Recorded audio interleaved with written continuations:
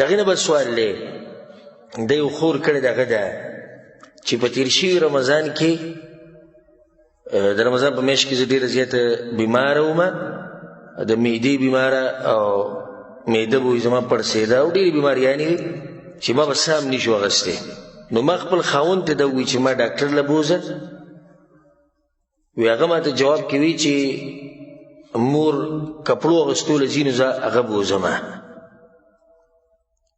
او ما ورته ډېرې وي چې زه صبر نشم کولی بیماره زیاته یم خو هغه وایي چې نه د هغې نه بعد وي زما ماشوم وشو په اپریشن باندې نو بیا هغه اپریشن چې کوم ځای باندې شوی و هغې دلاسه وي ما ته بیا تکلیف و بیماره ومه نو بیا ورته ما ووایي چې زه بیماره یم هسپتال ته مې بوځم نو هغه وایي چې مور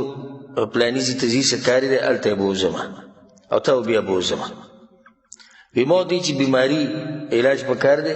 دا مور خو ته بله ورځ هم بوی شي وی چې نه مور همیشه مور ده او دا په اوله کې ده که ته مړه کېږي او که هر څه کېږي ځکه چې د مور د لاسه به زه جنت ته ځم ستا د لاسه نه نو دې سړي مبارک یې ته څه وې زه دا کار صحیح ده که غلط الجواب بالله توفیق هغه دا دی چې په دې کې خو څه شک نشته چې مور د ټول نه زیات حق لري په دې انسانانو کې په دې خپل بچي باندې دې کې خو څه شک نشته او د دې بچي د دې مور پلار سره ښه کول بیا خصوصا د مور سره ښه کول دا خو په ده باندې واجب دي ووصینا الانسان بوالديه احسانا مور پلار سره به ښه کې الله به کې خصوصا د دې مور تذکره وکړه حملته امه کرها ووضعته کرها د دې هغه حمل 9 میاشتې د بچې په خېټه ګرځول بیا د پیدا کېده د څومره تکلیف او سخته وه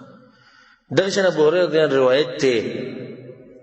چې په رسول الله پسې یو کس راغی یا رسول الله من احق الناس بحسن صحابتي یا رسول الله څوک ډېر حقدار دی چې د هغه سره ښه وکړم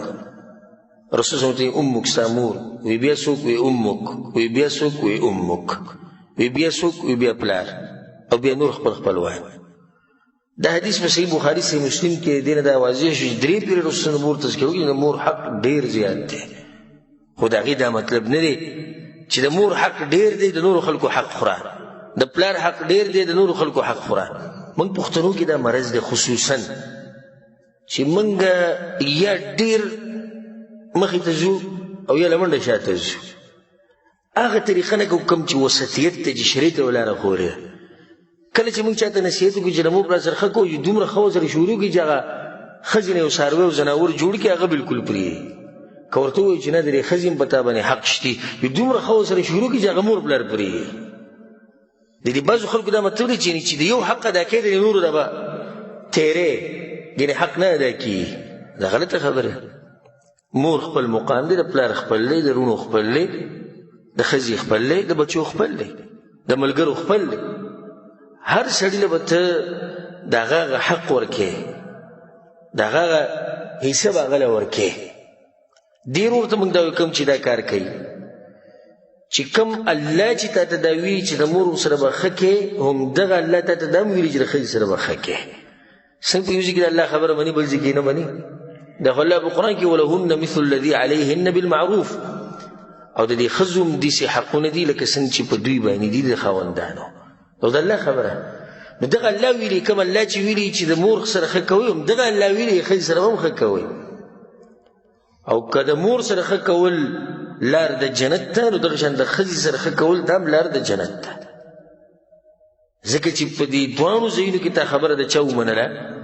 د الله خبره دې ومنله نو دا ورور چې دا کم کار کوي ده ته موږ دا وایو چې کله تا ته حقونه ډېر راجمع شي کارونه ته ډېر شي نو بیا په دې کې ګوره چې په دې کې عاقد کم یو دی ضروري کم یو دی او علماء یو قاعده خود فقهي اذا تزاحمت المصالح قدم الاعلى منها کله چې مصلحتونه ډېر شي په تا باندې نو کم چې پکې د ټول نه زورور دی او غوره دی او ضرورت ودرې هغه مخکې کا دې چې د خپله مور بوځي کپړو اغوستول او چکر له پلاني ځي له پلاني ځي له دې ته په عربۍ کې کمالیات وایي یعنې یو ضروري شی نه دی او ښځه هسپتال ته بو داسې دي دا ضروري په دې ټیم کې په ده باندې واجب دي چې د خپله ښځه بوځي علاج دپاره اگر که مور په دې باندې خفه هم شي څه خبره نه موږ وایو که خفه هم شي څه خبره ده ځکه چې مور چکر له بوه او کپړو اغوستو له بوه او غم ښادۍ له بوه دا وروستنۍ مسله ده په نسبت د دې چې ښځه غریبه بیماره ده په کټ کې پرته ده که دی وایي چې دا خو مور به رانه بیا خفه شي خیرې به کوي هېڅ خبره نه ده دا شریعت دی شریعت وایي چې هر چا له د هغه حق ورکړه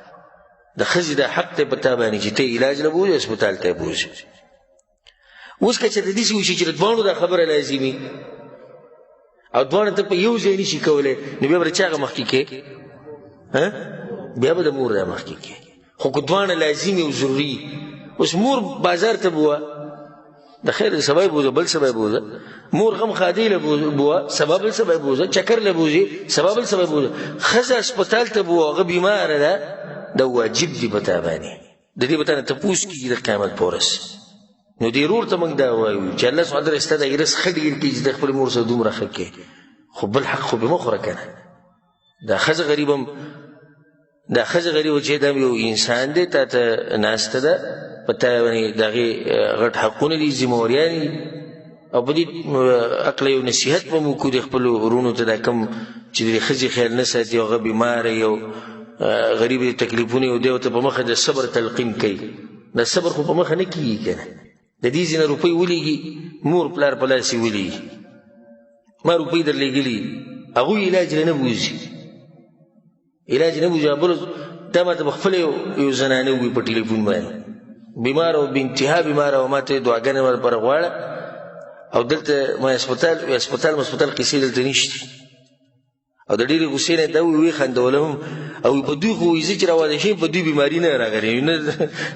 نه په دوی بیماریان راځي او نه دا کسب کوي چې هسپتال ته لاړ شي ښه نو خاوند وایي چې هلته مور نه اجازت اخیسته غواړي پلار نه د دې به پیسې ټولې ولېږي هلته هغوی له به ورکړي هغوی هسپتال ته نه بوځي دوی نو څه وکړو اوس دغه مشران دي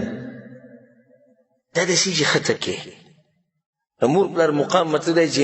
د ښځې مقام پې وخوره د بچو حق ما دا کوه هغه بیماره ده یو نیم بیماري دي چې هغه به د صبر نه خبره واوړي نشي صبر کول او چې به تا راشي بیا به وکړي صبر نو د ظلم دی زیاتې دی بیا موږ دې خور ته دا وایو چې خیر د خپل خاوند معذور وګڼه ځکه چې قصد او اراده ښه ده اگر که کار یې څه دی غلط دی خو اراده یې ښه دی چې د مور سره ښه کول مور مخکې ده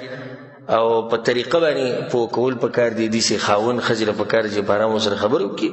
من ذا الذي ما ساء قط ومن له الحسنى فقط هغه څوک دی چې بالکل د ګناه نه دی شوي هغه څوک دی چې همیشه ښه کارونه کړي دي انسان کمزوری دی نه کمی زیاتی کیږي